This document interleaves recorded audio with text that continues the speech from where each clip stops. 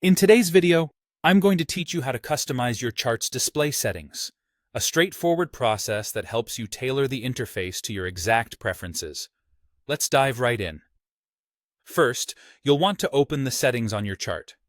There are two easy ways to do this. You can either click on the gear icon, which you should see directly on your chart, or you can simply right-click anywhere on the chart and select Settings from the context menu that pops up.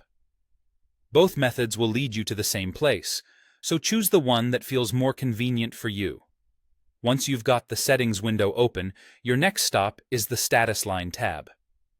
You'll find this tab nestled among several others at the top of the Settings window. Just click on it to bring up the options specifically related to the status line of your chart. The status line is that part of your chart that often displays useful information like last price, open price, percentage change, and many other metrics that update in real time.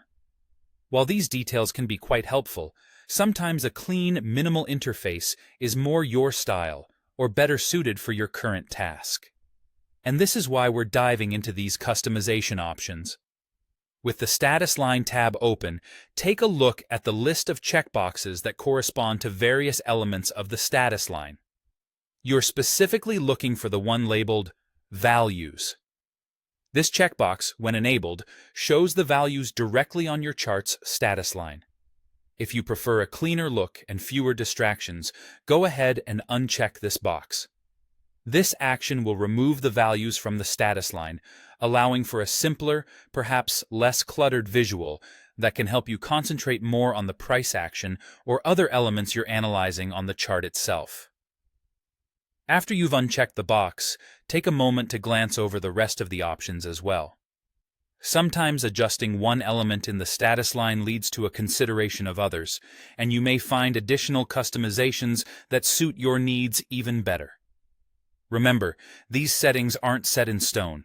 Any changes you make today can be just as easily adjusted tomorrow should your preferences or needs change. That flexibility is the beauty of customizing your chart. It adapts to your workflow, not the other way around.